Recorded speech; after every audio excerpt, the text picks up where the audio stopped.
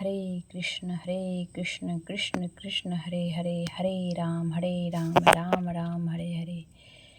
हरे कृष्ण कृष्ण कृष्ण हरे हरे, हरे राम राम राम हरे हरे। हरे कृष्ण कृष्ण कृष्ण हरे हरे, हरे राम राम राम हरे हरे।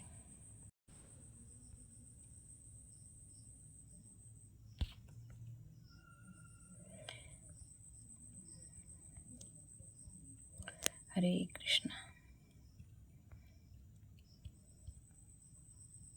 प्रभुपाद की जय। जगत गुरु श्रील प्रभुपाद की जय। आज की दूसरी अध्याय है जिसका शीर्षक है भौतिक दलदल से उद्धार। हरे कृष्ण। हमारी चर्चा का विषय अत्यंत उत्कृष्ट है, भगवान के पवित्र नाम का यशोगान। इसी विषय पर महाराज परीक्षित तथा सुखदेव गोस्वामी के बीच विचार विमर्श हुआ था और उन्होंने यह देखा कि एक अत्यंत पति तथा सभी प्रकार के पाप कर्म करने वाले ब्राह्मण की रक्षा एकमात्र कृष्ण के पवित्र नाम का कीर्तन करने के कारण हुई। यह कथा श्रीमद् भागवत के 6 स्कंद में दी हुई है। श्रीमद् भागवत व्यासदेव कृत एक महापुराण है और जिसमें भगवान कृष्ण की लीलाओं का वर्णन हुआ है और कृष्ण भावनामृत के दर्शन की विशद व्याख्या की गई है। श्रीमद् भागवत के 5वें स्कंद में ब्रह्मांड के लोकों का अत्यंत विशद वर्णन है। इस ब्रह्मांड में अधो, मध्य तथा ऊर्ध्व ये 3 लोक हैं। वस्तुतः न केवल भागवत अपितु सारे धार्मिक ग्रंथों में नारकीय या अधो लोकों एवं स्वर्ग या उच्च लोकों के वर्णन मिलते हैं। श्रीमद् भागवतम में इन लोकों की सही स्थिति एवं इस ग्रह से उनकी दूरियों का वैसा ही संकेत मिलता है जैसा कि खगोलज्ञों ने गणना की है। चंद्रमा तथा अन्य ग्रह लोक पृथ्वी से कितने दूर हैं, इसी प्रकार भागवत में अनेक ग्रहों के वर्णन मिले हैं।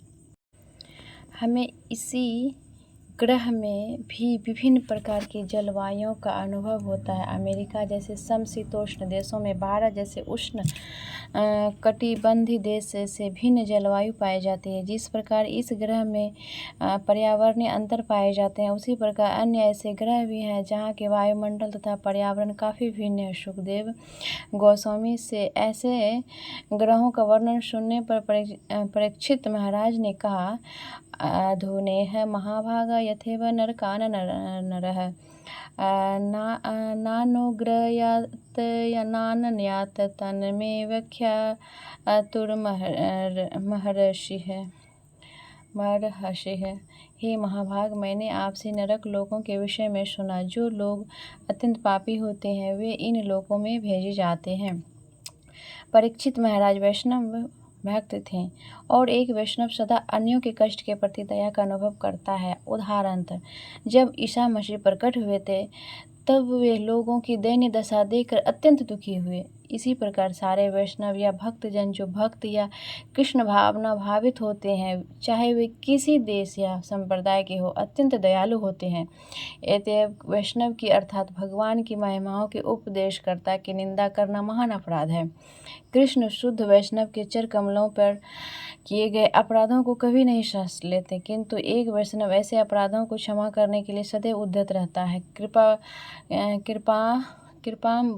कृपाम बुद्धि। एक वैष्णव दया का सागर होता है। वांछा कल्पतरु।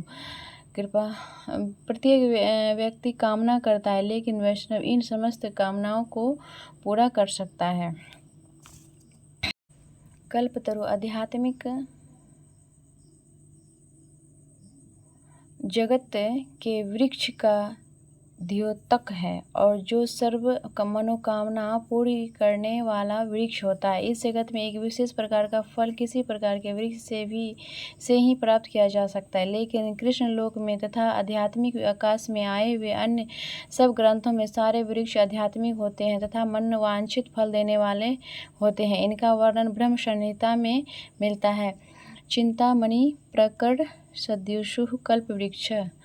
और शुद्ध वैष्णव की तुलना ऐसे कल्प वृक्ष से की जाती है क्योंकि वह निष्ठावान शिष्य को अनुपम भेंट कृष्ण भावना अमृत प्रदान कर सकता है। वैष्णव को महाभाग कहकर संबोधित किया जाता है, जिसका अर्थ होता है भाग्यशाली। जो मनुष्य वैष्णव बनता है और भगवत भावना भावित होता है, उसे परम भाग्यशाली समझा जाता है। इस युग में कृष्ण भावना अमृत के प्रमुख प्रचारक भगवान श्री चैतन्य महाप्रभु ने बताया है कि ब्रह्मांड के विविध लोकों में रहे हुए सारे जीव विविध योनियों में भ्रमण कर रहे हैं। जीव अपनी इच्छा अनुसार कहीं भी जा सकता है, स्वर्ग हो या नरक हो, उसे केवल वहां जाने के लिए अपने आप को तैयार करना होता है। स्वर्गलोक अनेक हैं, नरक लोक भी अनेक हैं, जीवों की योनियां भी अनेक हैं। पद्म पुराण के अनुसार जीवों की 84 लाख योनियां और जीव अपने वर्तमान जीवन की प्रवृत्ति के अनुसार इन समस्त योनियों में चक्कर लगाता रहता है, शरीर उत्पन्न करता रहता है। यहाँ पर जैसा बोओ वैसा काटो का सिद्धांत लागू होता है। भगवान श्री चैतन्य महाप्रभु कहते हैं, भौतिक जगत में देहांतर करने वाले इन असंख्य जीवों में से कोई विरला ही इतना भाग्यशाली होता है कि वह कृष्ण भावना अमृत को ग्रहण कर सके। यद्यपि कृष्ण भावना अमृत सर्वत्र निःशुल्क बंट रहा है, फिर भी हर व्यक्ति इसे ग्रहण नहीं कर पा रहा है। इस कलयुग में तो विशेष रूप से इसी कारण श्रीमद् भागवत ग्रंथ कलयुग के लोगों का वर्णन मंद भाग्य कहकर करता है। इसीलिए श्री चैतन्य महाप्रभु कहते हैं कि जो भाग्यशाली है वे ही कृष्ण भावना अमृत को ग्रहण कर पाते हैं और इस तरह ज्ञान का सुखद एवं आनंदमय जीवन प्राप्त करते हैं। यह वैष्णव का कर्तव्य है कि घर घर जाकर अभागे लोगों को यह सद्भाग्य का स्वीकार करने के लिए समझाने का प्रयत्न करना। वैष्णव सोचता है इन लोगों को उनके नारकीय जीवन से किस तरह उबारा जाए। यही जिज्ञासा महाराज परीक्षित ने भी की थी। उन्होंने पूछा था, हे महाभाग, आपने बताया कि मनुष्य अपने पाप कर्मों के कारण नारकीय अवस्था में या नरक लोक में डाल दिया जाता है। अब आप उन विधियों को बताएं जिनसे ऐसे व्यक्ति को बचाया जा सके। यह अत्यंत महत्वपूर्ण प्रश्न है। जब कोई वैष्णव आता है और जब स्वयं भगवान आते हैं तथा जब भगवान के पुत्र या विश्वास पात्र भक्तजन आते हैं तो उनका एकमात्र उद्देश्य पापी लोगों को कष्ट से बचाना होता है। उन्हें इसका ज्ञान रहता है कि ऐसा किस तरह किया जा सकता है। जब प्रहलाद महाराज को भगवान नृसिंहदेव के दर्शन हुए तो उन्होंने कहा, नेवो द्विज पर दुरित्यत्वे वेतरन्यास त्वद्वीर्य गायन महामृत मग्नचित्तः सोचे तथो विमुख चेतसः इंद्रियार्थः मया सुखाय भरमो द्विहतोः विमूढ़ान्। हे भगवान, प्रहलाद ने कहा, मैं अपनी मुक्ति के लिए अधिक चिंतित नहीं हूँ। यहाँ पर हम इस मनोवृत्ति के ठीक विपरीत मायावादी दार्शनिकों की मनोवृत्ति का उल्लेख कर सकते हैं, जो इसका बहुत अधिक ध्यान रखते हैं। उनकी निजी मुक्ति निर्बाध बनी रहे। वे बहुधा सोचते हैं, यदि मैं प्रचार करने के लिए जाऊंगा और दूसरे की संगति करूंगा तो हो सकता है कि मैं नीचे गिर जाऊं और मेरी अनुभूति भी समाप्त हो जाए। अतः वे प्रचार करने के लिए आगे नहीं आते। केवल वैष्णव जन ही अपने पतन की परवाह न करके आगे जा आते हैं, किंतु उनका पतन होता नहीं। बद्ध जीवों का उद्धार करने के लिए वैष्णव नरक में भी जाने के लिए तैयार रहता है। प्रहलाद महाराज का भी यही उद्देश्य था। उन्होंने कहा, मैं इस भौतिक जगत में रहने के लिए अधिक उत्सुक नहीं हूँ। मुझे अपनी कोई चिंता नहीं, क्योंकि मुझे एन केन प्राकारेण सदैव कृष्ण भावना भावित रहने की शिक्षा दी गई। क्योंकि प्रहलाद कृष्ण भावना भावित थे, तब उन्हें विश्वास था कि अगले जन्म में वे कृष्ण के पास जाएंगे। भगवत गीता में कहा गया है कि यदि कोई कृष्ण भावनामृत के नियामक सिद्धांतों का सावधानी से पालन करता है तो वह अगले जीवन में परम लक्ष्य को अवश्य प्राप्त करेगा। प्रहलाद महाराज आगे कहते हैं, मुझे केवल एक बात की चिंता है। मैं तो उन लोगों के लिए चिंतित हूँ जो कृष्ण भावना भावित नहीं है। मुझे अपनी चिंता नहीं है, लेकिन मैं उनके विषय में सोच रहा हूँ और उन्हें अन्य लोग कृष्ण भावना भावित क्यों नहीं है। माया सुखाय भर मोह द्वे हतो विमोराना। यह विमोरों ने क्षणिक सुख के लिए माया की सभ्यता बना रखी है। माया सुख है, वास्तव में यह तथ्य है हम मायावी सभ्यता बनाने में सफल हुए। प्रतिवर्ष न जाने कितनी मोटर कारें निर्मित की जाती है और इस कार्य के लिए न जाने कितने सड़कें खोदी बनाई और सुधारे जाते। इससे समस्याएं खड़ी होती है। तब यह माया सुख है अर्थात भ्रामक सुख है। हम सुखी रहने के लिए कोई न कोई रास्ता निकालने का प्रयास करते हैं, लेकिन इससे हम नई समस्याएं ही उत्पन्न कर पाते हैं। विश्व भर में अमेरिका में सबसे अधिक कारें हैं, लेकिन इससे समस्याओं का समाधान नहीं होता। हमने कारों का निर्माण इसलिए किया है कि जीवन की समस्याएं हल करने में सहायता मिले, लेकिन हम अक्सर अनुभव करते हैं कि इससे अन्य समस्याओं का जन्म होता है। एक बार कार बना लेने पर हमें अपने मित्रों से भेंट करने या डॉक्टर के पास जाने के लिए 30 से 40 मील की यात्रा करनी पड़ती है।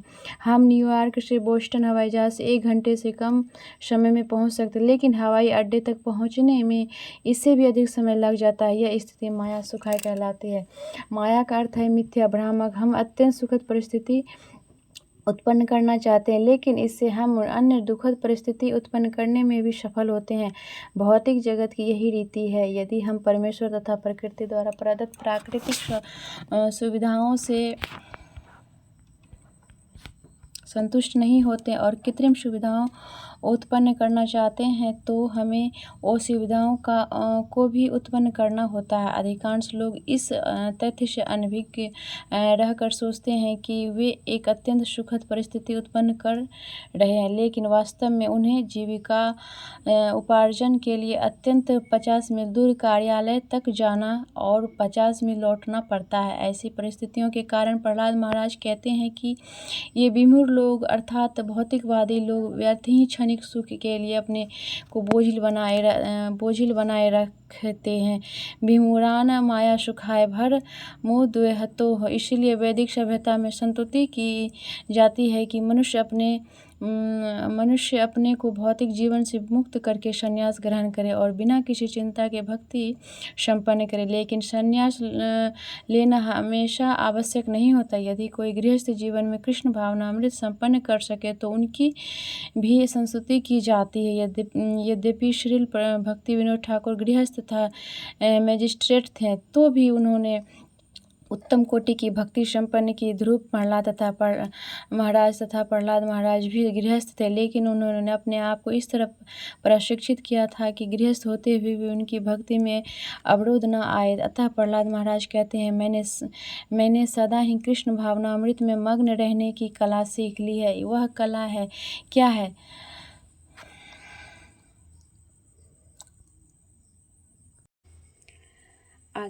आगे हम अगली वीडियो में श्रवण करेंगे और पढ़ेंगे।